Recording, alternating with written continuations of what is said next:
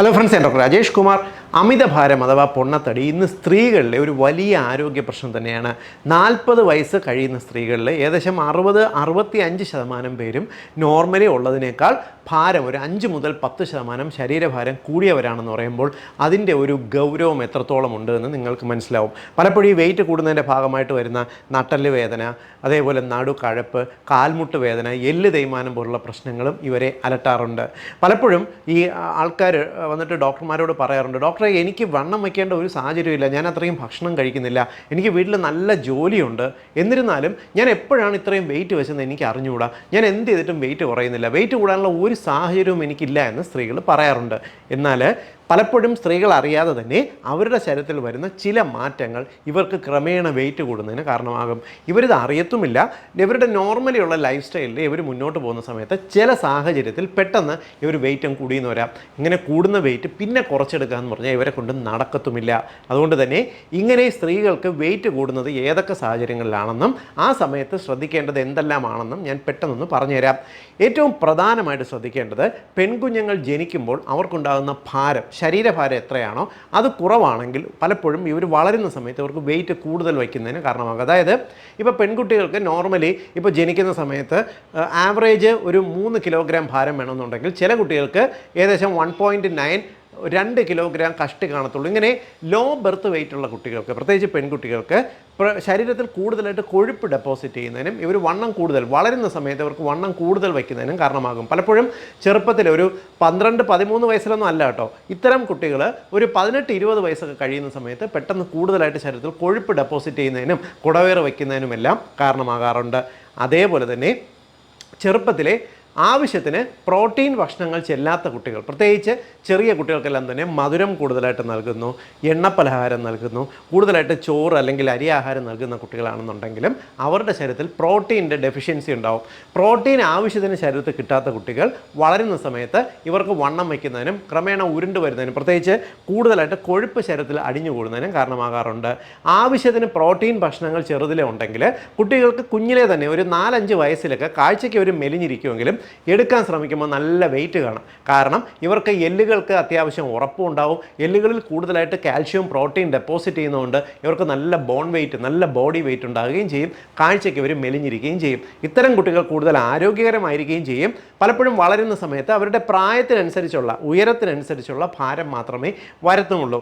ഈ പറഞ്ഞ സാഹചര്യങ്ങളാണ് സാധാരണ ചെറിയ കുട്ടികൾക്ക് കൂടുതൽ വെയിറ്റ് വയ്ക്കുന്നതിൻ്റെ കാരണം. ഇനി അടുത്ത പെൺകുട്ടികൾ വെയിറ്റ് വയ്ക്കുന്നത് അവരുടെ മാസമുറ തുടങ്ങുന്ന സമയത്താണ്. മാസമുറ തുടങ്ങുന്ന, ടീനേജ് തുടങ്ങുന്ന സമയത്ത് ഈ കുട്ടികളുടെ ശരീരത്തിൽ ഈസ്ട്രജൻ കൂടുതലായിട്ട് പ്രൊഡ്യൂസ് ചെയ്യപ്പെടുന്നു. ഈസ്ട്രജൻ പ്രൊഡ്യൂസ് ചെയ്യുന്ന സമയത്ത് ശരീരത്തിൽ കൂടുതലായി കൊഴുപ്പ് അടിഞ്ഞുകൂടാൻ കാരണമാകും. പലപ്പോഴും ഇരുന്ന് പഠിക്കുന്ന കുട്ടികൾ, പ്രത്യേകിച്ച് ശരീരം അനങ്ങാൻ മടിക്കുന്ന കുട്ടികൾക്കെല്ലാം തന്നെ വെയിറ്റ് കൂടുതലായിട്ട് വയ്ക്കുന്നതിനും, പലപ്പോഴും ഒരു 10ാം ക്ലാസ്സിലൊക്കെ പഠിക്കുന്ന സമയത്ത് നല്ല വയറുള്ള, കാഴ്ചയ്ക്ക് ഇത്തിരി വെയിറ്റുള്ള പെൺകുട്ടികളായിട്ട് ഇവർ മാറി വരുന്നതും പലപ്പോഴും നിങ്ങൾക്ക് കാണാൻ പറ്റും. പലപ്പോഴും ഈ ഒരു സമയത്ത് പെൺകുട്ടികളുടെ ഭക്ഷണത്തിൽ വരുത്തേണ്ട മാറ്റം, അത് ഞാൻ അടുത്ത ദിവസം വേറൊരു വീഡിയോയിൽ വിശദീകരിക്കാം. ഇങ്ങനെ ശ്രദ്ധിച്ചു കഴിഞ്ഞാൽ കുട്ടികൾ ആരോഗ്യകരമായിട്ട് വരികയും ചെയ്യും, ഇവരുടെ രോഗപ്രതിരോധ ശേഷിയും കൂടും, ഇടയ്ക്കിടയ്ക്ക് അസുഖം വരുന്ന ടെൻഡൻസി അല്ലെങ്കിൽ വണ്ണം വയ്ക്കുന്ന ടെൻഡൻസി നമുക്ക് ഒഴിവാക്കാൻ പറ്റുകയും ചെയ്യും. ഇനി അടുത്ത വണ്ണം വയ്ക്കുന്ന ഒരു കാലഘട്ടം എന്ന് പറയുന്നത് ഇവർ കല്യാണം കഴിഞ്ഞ് പ്രഗ്നൻ്റ് ആകുന്ന ഒരു പീരീഡാണ്. സാധാരണ കല്യാണം കഴിയുന്ന സമയത്ത് എന്ത് സംഭവിക്കും, ഇവരുടെ അതുവരെയുള്ള ഭക്ഷണ രീതിയും ലൈഫ് സ്റ്റൈലും മാറുകയാണ്. പലപ്പോഴും കല്യാണം കഴിഞ്ഞ സ്ത്രീകൾ ആദ്യത്തെ ഒരു 2 മാസത്തിൻ്റെ ഇടയിൽ 8 കിലോഗ്രാം വരെ വെയിറ്റ് കൂടുന്നതാണ്. പലരും ഇപ്പം വീട്ടുകാരൊക്കെ പറയും കല്യാണം കഴിഞ്ഞാൽ സന്തോഷം കൊണ്ട് വെയിറ്റ് കൂടിയതാണെന്ന് പറയും. സന്തോഷം കൊണ്ട് വെയിറ്റ് കൂടുന്നതല്ല, ഇവരുടെ ശരീരത്തിൽ വരുന്ന ചെറിയ ഹോർമോണൽ ചേഞ്ചസിൻ്റെ ഭാഗമായിട്ടും ഇവർ ജീവിത രീതിയിൽ പുതിയ ഒരു സ്ഥലത്തേക്ക് മാറുന്നതിൻ്റെ ഭാഗമായിട്ടും കല്യാണം കഴിഞ്ഞിട്ടുള്ള വിരുന്നില്ലേ, അവരുടെ ബന്ധുവീടുകളിലും സ്വന്തം വീടുകളിലും എല്ലാം തന്നെ കൂടുതലായിട്ട് ന്യൂട്രീഷ്യസ് ഫുഡ് കഴിക്കുന്നതിൻ്റെ ഭാഗമായിട്ടും പെട്ടെന്ന് ഇവർക്കൊരു 8 മുതൽ 10 കിലോഗ്രാം വരെ വെയിറ്റ് കൂടുകയും പിന്നെ ഇവർ കുറച്ചെടുക്കാൻ പാടുപെടുന്ന ഒരു സാഹചര്യവും ഉണ്ടാവും. ഇത് ഭൂരിപക്ഷം നമ്മുടെ കേരളത്തിലുള്ള ഒട്ടുമിക്ക കുടുംബങ്ങളിലും പെൺകുട്ടികൾക്ക് സംഭവിക്കുന്ന ഒരു സാഹചര്യമാണിത്. ഇത് കഴിഞ്ഞ് പ്രഗ്നൻ്റ് ആകുന്ന സമയത്താണ് പല പെൺകുട്ടികളും കൂടുതലായിട്ട് വെയിറ്റ് വയ്ക്കുന്നത്. പ്രഗ്നൻ്റ് ആകുന്ന സമയത്ത്, ഗർഭിണിയാകുന്ന സമയത്ത് പെൺകുട്ടിയെ കാണാൻ പോകുമ്പോൾ അല്ലെങ്കിൽ ബന്ധുക്കളോ വീട്ടുകാരോ എല്ലാം തന്നെ കൂടുതലായിട്ട് ഈ പലഹാരങ്ങൾ വാങ്ങിച്ച് നൽകുന്ന സ്വഭാവമുണ്ട്. പലഹാരങ്ങൾ കഴിച്ചാൽ ഇവർ വണ്ണം വെച്ചാൽ കുട്ടി കൂടുതൽ ആരോഗ്യകരമാകും എന്നുള്ളൊരു വിശ്വാസമൊക്കെയാണ്. മാത്രമല്ല ഗർഭിണി കൂടുതൽ ഭക്ഷണം കഴിക്കുന്നത് നല്ലതാണെന്നുള്ളൊരു വിശ്വാസത്തിലുമാണ് ഇതെല്ലാം ചെയ്യുന്നത്. യഥാർത്ഥത്തിൽ ഇത്തരത്തിൽ കൂടുതലായിട്ട് മധുരം, എണ്ണപ്പലഹാരം ഇല്ലെങ്കിൽ കൂടുതൽ കാർബുകൾ ഇവർ കഴിക്കുന്നത് അനാവശ്യമായിട്ട് ശരീരത്തിൽ കൊഴുപ്പ് ഒന്ന് ഡെപ്പോസിറ്റ് ചെയ്യുന്നതിനും വണ്ണം കൂടുന്നതിനും കാരണമാകും. കാരണം പ്രഗ്നൻസിയിൽ കൂടുതലായിട്ട് ഈസ്ട്രജൻ ശരീരത്തിൽ ഉൽപ്പാദിപ്പിക്കുന്ന ഒരു സാഹചര്യമുണ്ട്. ഈസ്ട്രജൻ ഹോർമോൺ സ്ത്രീകളുടെ ഗർഭിണികളുടെ ശരീരത്തിൽ കൂടുതലുള്ളപ്പോൾ കഴിക്കുന്ന ഭക്ഷണം അത്രയും കൊഴുപ്പായി മാറാനുള്ള സാധ്യത നിലനിൽക്കുന്നു. അതുകൊണ്ട് ഗർഭാവസ്ഥയിൽ പ്രോട്ടീൻ അടങ്ങിയ ഭക്ഷണങ്ങൾ കൂടുതൽ നൽകണം. മധുരം അധികം നൽകരുത് എന്ന് ഡോക്ടർമാർ പറയുന്നതിൻ്റെ കാര്യം ഇതാണ്. പല സ്ത്രീകൾക്കും ഡെലിവറി കഴിഞ്ഞാൽ അത്യാവശ്യം ഒരു പ്രസവമെല്ലാം കഴിയുന്ന സമയത്ത് പ്രസവരക്ഷ എന്ന് പറഞ്ഞിട്ട് കൊടുക്കുന്ന ഭക്ഷണങ്ങളും മരുന്നുകളും പല സ്ത്രീകൾക്കും വണ്ണം വയ്ക്കുന്നതിന് കാരണമായിട്ട് മാറുന്നുണ്ട്. പലപ്പോഴും ഗർഭാവസ്ഥയിൽ അല്ലെങ്കിൽ ഡെലിവറി കഴിഞ്ഞ സമയത്ത് വലിയ കുഴപ്പമില്ല, എന്നാൽ കുഞ്ഞിന് 1 വയസ്സാകുന്ന സമയത്ത് അമ്മ നല്ല വണ്ണം വെച്ചിരിക്കുന്നതാണ്. ഇതിന് കാരണം ഇവർക്ക് പാല് കൂടുതൽ ഉൽപ്പാദനത്തിന് വേണ്ടിയോ ഇല്ലെങ്കിൽ ഡെലിവറി കഴിഞ്ഞിട്ട് ഇവർക്ക് വരുന്ന പോസ്റ്റ്പാർട്ടം ബ്ലൂസ്, അതായത് പോസ്റ്റ്പാർട്ടം ഡിപ്രഷൻ എന്ന് പറയുന്നത് ഡെലിവറി കഴിഞ്ഞിട്ട് സ്ത്രീകൾക്ക് ചെറുതായിട്ട് അവരുടെ മാനസിക നിലയിൽ ചില വ്യത്യാസം, മൂഡ് സ്വിങ്സ്, അമിതമായി ദേഷ്യം, ഇറിറ്റേഷനൊക്കെ കാണിക്കും. ചില സ്ത്രീകൾ ഇത് മറികടക്കുന്നതിന് വേണ്ടി ഭക്ഷണം കൂടുതലായിട്ട് കഴിച്ചു എന്ന് വരാം. ഇതും ഇവർ കൂടുതൽ വണ്ണം വയ്ക്കുന്നതിൻ്റെ കാരണമായി തീരുന്നുണ്ട്. ഇതെല്ലാത്തിനും ഉപരിയായിട്ട് ഇനി 40 വയസ്സ് കഴിഞ്ഞ സ്ത്രീകളിൽ സംഭവിക്കുന്നത് എന്താണെന്ന് പറഞ്ഞുതരാം. ഏറ്റവും പ്രധാനമായിട്ട് സ്ത്രീകൾക്ക് മാസമുറ നിന്ന് തുടങ്ങുന്നതിന് ഒരു 3-4 വർഷം മുമ്പ്, പ്രത്യേകിച്ച് ഈ മെനോപാസ് എന്ന് പറയുന്ന ഒരു അവസ്ഥ എത്തുന്നതിന് 5 വർഷം മുമ്പ് തുടങ്ങി അവരുടെ ശരീരത്തിൽ ഈസ്ട്രജൻ ഹോർമോൺ ക്രമേണ കുറഞ്ഞു തുടങ്ങും. ഈസ്ട്രജൻ കുറഞ്ഞു തുടങ്ങുന്നതിൻ്റെ ഭാഗമായിട്ട് സ്കിന്നിന് ഡ്രൈനെസ്, മുടി പൊഴിച്ചിൽ, മൂഡ് സ്വിങ്സ് വരിക, അതേപോലെ ശരീരത്തിൽ ചെറിയ ആവി പറക്കുന്ന ടെൻഡൻസി, മാസമുറ കറക്റ്റായിട്ട് വരാതിരിക്കുക പോലുള്ള ലക്ഷണങ്ങൾ ഇവരിൽ കണ്ടുവന്ന് വരാം. ഇങ്ങനെ അവർക്ക് മെനോപോസൽ സ്റ്റേജിലേക്ക് കടക്കുന്ന സമയത്ത് ഒറ്റയടിക്ക് സ്ത്രീകൾക്ക് ക്രമേണ ഒരു 2.5 മുതൽ 3 കിലോഗ്രാം വരെ ഭാരം കൂടാനുള്ള സാധ്യതയുണ്ട്. മാത്രമല്ല ഇവർക്ക് പ്രായം ഗ്രാജ്വലി കൂടുമ്പോൾ 40 വയസ്സ് കഴിയുന്ന സമയത്തും ഓരോ വർഷത്തിലും ഇവരുടെ മസിൽ മാസ് ക്രമേണ കുറഞ്ഞു വരികയും കൊഴുപ്പ് കൂടുതലായിട്ട് ഡെപ്പോസിറ്റ് ചെയ്യാനുള്ള ടെൻഡൻസി വരികയും ചെയ്യും. അതുകൊണ്ട് എന്ത് സംഭവിക്കും? ഇവർക്ക് ക്രമേണ വയറിന് ചുറ്റും അതേപോലെ ശരീരത്തിൻ്റെ പല ഭാഗങ്ങളിലും കൊഴുപ്പ് കൂടുതൽ ഡെപ്പോസിറ്റ് ചെയ്ത് തൂങ്ങി വരുന്ന ഒരു സിറ്റുവേഷൻ വന്നു എന്ന് വരാം. ഏറ്റവും കൂടുതൽ സ്ത്രീകൾക്ക് പലപ്പോഴും ഈ 40 വയസ്സ് കഴിഞ്ഞിട്ട് പെരിമെനോപോസൽ സ്റ്റേജിലാണ് ഏറ്റവും കൂടുതൽ വെയിറ്റ് ഡെപ്പോസിറ്റ് ചെയ്യുന്നത്. ഒരു 70 കിലോഗ്രാമിന് അടുത്ത് ഭാരമുള്ള സ്ത്രീകൾ പെട്ടെന്ന് 85 കിലോഗ്രാം 90 കിലോഗ്രാമിലോട്ടൊക്കെ ഭാരം കൂടിയെന്ന് വരാം. ഭാരം കൂടുന്നതിൻ്റെ ഭാഗമായിട്ട് മുട്ടുവേദന, നട്ടല് വേദന, ഇൻസുലിൻ മെറ്റബോളിസത്തിൽ വ്യത്യാസം, അതായത് പ്രമേഹ രോഗം കൂടുതൽ കാണുന്നു, കൊളസ്ട്രോൾ കൂടുതൽ കാണുന്നു. ഇങ്ങനെ നിത്യരോഗിയായിട്ട് ഇവരങ്ങ് മാറുകയും ചെയ്യും. ഞാനിവിടെ വിശദീകരിച്ച ജീവിത സാഹചര്യങ്ങൾ കൂടാതെ അവരുടെ ശരീരത്തിൽ വരുന്ന ചില ഹോർമോണൽ രോഗങ്ങളും പലപ്പോഴും സ്ത്രീകൾക്ക് അമിതമായി വണ്ണം വയ്ക്കുന്നതിൻ്റെ കാരണമായി തീരാറുണ്ട്. ഇതിൽ ഒന്നാമത് നിൽക്കുന്നത് തൈറോയ്ഡ് പ്രശ്നമാണ്.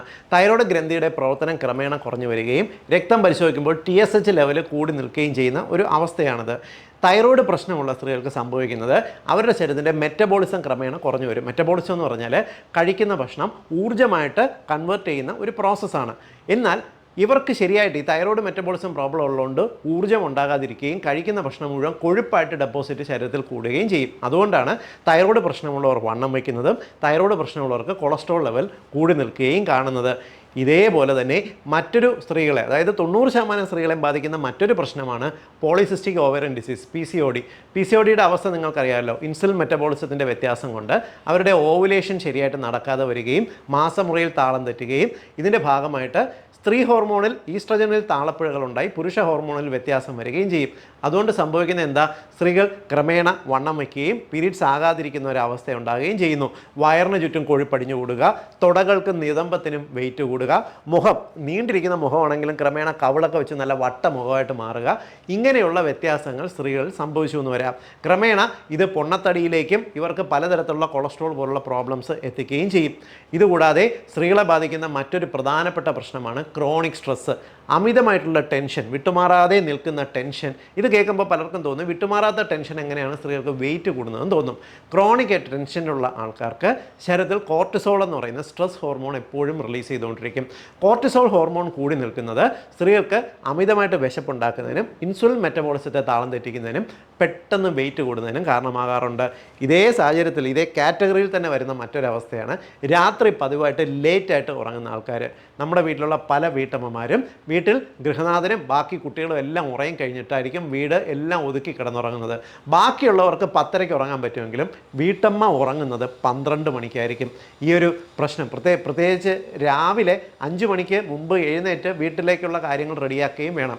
ഇങ്ങനെയുള്ള വീട്ടമ്മമാരോ രാത്രിയിൽ ഉറക്കം കിട്ടാതെ ഇരിക്കുന്ന ആൾക്കാരോ നൈറ്റ് ഡ്യൂട്ടി ചെയ്യുന്ന സ്ത്രീകൾക്കോ എല്ലാം തന്നെ അവരുടെ ശരീരത്തിലെ ഇൻസുലിൻ മെറ്റബോളിസത്തിൽ വ്യത്യാസം വരികയും ഇൻസുലിൻ റെസിസ്റ്റൻസ് എന്ന് പറയുന്ന ഒരു അവസ്ഥ വരികയും ചെയ്യും. ഇതും സ്ത്രീകൾക്ക് വെയിറ്റ് കൂടുന്നതിൻ്റെ പ്രധാനപ്പെട്ട കാരണമാണ്. സ്ലീപ്പ് ഡിപ്രൈവേഷൻ, അതായത് ഉറക്കം ലേറ്റ് ആകുന്നതിൻ്റെ അതേ അവസ്ഥ പോലെ തന്നെയാണ് കൂർക്കം വലി ഉണ്ടാക്കുന്നത്. കൂർക്കം വലി വന്നാൽ വെയിറ്റ് കൂടുന്ന എങ്ങനെയെന്ന് ചോദിച്ചാൽ ഒബ്സ്ട്രക്റ്റീവ് സ്ലീപ്പ് അപ്നിയ എന്ന് പറയുന്ന കണ്ടീഷൻ. ഇപ്പോൾ നിങ്ങളുടെ വീട്ടിലുള്ള ഭർത്താക്കന്മാരോട് ചോദിച്ചു നോക്കൂ, നിങ്ങൾക്ക് കൂർക്കം വലി ഉണ്ടെങ്കിൽ പലപ്പോഴും ഭർത്താക്കന്മാർക്ക് അറിയാം കൂർക്കം വലിക്കുന്ന സ്ത്രീകൾക്ക് ക്രമേണ അവരുടെ ശരീരത്തിൽ രാത്രി ഉറക്കത്തിൽ പോലും അവരുടെ മെറ്റബോളിസം ആക്റ്റീവ് ആയിരിക്കുകയും പലപ്പോഴും അവരുടെ ഇൻസുലിൻ മെറ്റബോളിസം താളം തെറ്റുകയും വളരെ പെട്ടെന്ന് വെയിറ്റ് അത് കാരണം കൂടാൻ കാരണമാകുകയും ചെയ്യാറുണ്ട്. ഇവിടെ കൊണ്ട് മാത്രം തീരുന്നില്ല. ഒരു 35 വയസ്സ് സ്ത്രീകളുള്ള കഴിഞ്ഞിട്ടുള്ള സ്ത്രീകൾക്ക് പലപ്പോഴും PCOD വരുന്നത് പോലെ തന്നെ പ്രീ ഡയബറ്റിക് അവസ്ഥയിലേക്ക് എത്താറുണ്ട്. അതായത് പ്രമേഹ രോഗം വരുന്നതിന് 5 മുതൽ 8 വർഷങ്ങൾക്ക് മുമ്പ് തന്നെ അവരുടെ ശരീരത്തിൽ അവരുടെ പാൻക്രിയാസ് അമിതമായിട്ട് വർക്ക് ചെയ്ത് തുടങ്ങും. അങ്ങനെ ചെയ്യുമ്പോൾ എന്ത് സംഭവിക്കും? സ്ത്രീകൾ എന്ത് ഭക്ഷണം കഴിച്ചിരുന്നാലും ഇത് മുഴുവൻ കൺവെർട്ട് ചെയ്ത് കൊഴുപ്പായിട്ട് മാറും. ഇത്തരം സ്ത്രീകൾ പ്രത്യേകിച്ച് ഡോക്ടർമാരോട് വന്ന് പറയുന്നത്, ഡോക്ടർ എനിക്ക് ഭയങ്കര ക്ഷീണമാണ്, ഒരു കാര്യവും ചെയ്യാൻ ഉന്മേഷമില്ല, ഞാൻ ഒരു ഗ്ലാസ് വെള്ളം കുടിച്ചാൽ പോലും എൻ്റെ ശരീരത്തിൽ അത് വെയിറ്റ് ആയിട്ട് കൂടുന്നതാണ്, ഓരോ ദിവസവും ഞാൻ 1/2 കിലോ 3/4 കിലോ വെയിറ്റ് കൂടുന്നു എന്ന് പറയും. രക്തം പരിശോധിക്കുമ്പോൾ ഫാസ്റ്റിംഗ് ഇൻസുലിൻ വളരെയധികം ഉയർന്നു നിൽക്കുന്ന ഒരു അവസ്ഥയുണ്ട്. ഇത് ഇൻസുലിൻ റെസിസ്റ്റൻസ് എന്ന് പറയുന്ന അവസ്ഥ. മുഖത്ത് പലപ്പോഴും ഈ ഒരു ഭാഗത്ത് കഴുത്തിൻ്റെ ഭാഗത്തെല്ലാം കറുപ്പ് നിറം വരുന്ന സ്ത്രീകളെ കണ്ടിട്ടില്ലേ? അതെല്ലാം ഈ ഒരു കാറ്റഗറിയിൽ വരുന്നതാണ്. പ്രമേഹ രോഗം പിടിപെടുന്നതിന് 5 വർഷങ്ങൾക്ക് മുമ്പ് തന്നെ തുടങ്ങുന്ന ഈ ഒരു സിറ്റുവേഷൻ ഗ്രാജുവലി അവർക്ക് പലപ്പോഴും ഫാസ്റ്റിംഗ് ബ്ലഡ് ഷുഗർ നോക്കുന്ന സമയത്ത് 110, 115 അങ്ങനെ ഫാസ്റ്റിംഗ് ഷുഗർ കൂടി നിൽക്കുന്നതാണ്. ഈ ഒരു സ്റ്റേജ് ഇന്ന് പോളിസിസ്റ്റിക് ഡിസീസ് പോലെ തന്നെ ഒരുപാട് സ്ത്രീകൾക്ക് ഒരു 35 വയസ്സ് കഴിഞ്ഞിട്ട് വെയിറ്റ് കൂടുന്നതിൻ്റെ കാരണമായിട്ട് തീരുന്നുണ്ട്. ഈ ഒരു അവസ്ഥയല്ലാതെ പലപ്പോഴും ഈ ഇടയ്ക്കിടയ്ക്ക് ബേക്കറി ഭക്ഷണം കഴിക്കുന്ന, TV ഒക്കെ കണ്ടുകൊണ്ടിരുന്ന ബേക്കറി ഭക്ഷണം കഴിക്കുന്ന വീട്ടമ്മമാരെ കണ്ടിട്ടില്ലേ? അവരൊന്നും കഴിച്ചു എന്നൊരു തോന്നൽ പോലും വരാതെ വെയിറ്റ് ഗ്രാജുവലി കൂടിയെന്ന് വരാം. ഇനി സ്ത്രീകൾ കഴിക്കുന്ന ചില ഇനം മരുന്നുകൾ വെയിറ്റ് കൂടുന്നതിന് കാരണമാകാറുണ്ട്. ഏറ്റവും പ്രധാനമായിട്ട് ആൻറ്റി ഡിപ്രസൻ്റ് മരുന്നുകൾ, പ്രത്യേകിച്ച് അമിതമായിട്ട് ടെൻഷൻ, ഉത്കണ്ഠ പോലുള്ള അവസ്ഥകൾക്ക് കഴിക്കുന്ന മരുന്നുകൾ വെയിറ്റ് കൂട്ടിയെന്ന് വരാം. സൈക്കാട്രിക് മരുന്നുകൾ, ചില മാനസിക രോഗങ്ങൾക്ക് കഴിക്കുന്ന മരുന്നുകൾ പലപ്പോഴും വെയിറ്റ് കൂടുന്നതിന് കാരണമായി തീരാറുണ്ട്.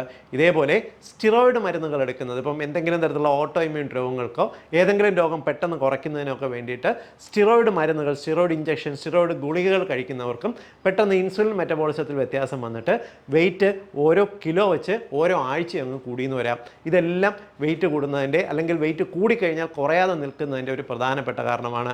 ഇവിടെ കൊണ്ടും തീരുന്നില്ല. ഇൻസുലിൻ എടുക്കുന്ന സ്ത്രീകളില്ലേ, ഇൻസുലിൻ എടുക്കുന്നതും പലപ്പോഴും വെയിറ്റ് കൂടുന്നതിന് കാരണമാകും. ഇൻസുലിൻ എടുക്കുമ്പോൾ, പ്രമേഹം നിയന്ത്രിക്കുന്നതിന് വേണ്ടി ഇൻസുലിൻ എടുക്കുമ്പോൾ കഴിക്കുന്ന ഭക്ഷണം മുഴുവൻ വ്യായാമം ചെയ്തില്ലെങ്കിൽ ഊർജ്ജമായിട്ട് മാറുന്നതിന് പകരം കൊഴുപ്പായിട്ട് സ്റ്റോർ ചെയ്യും.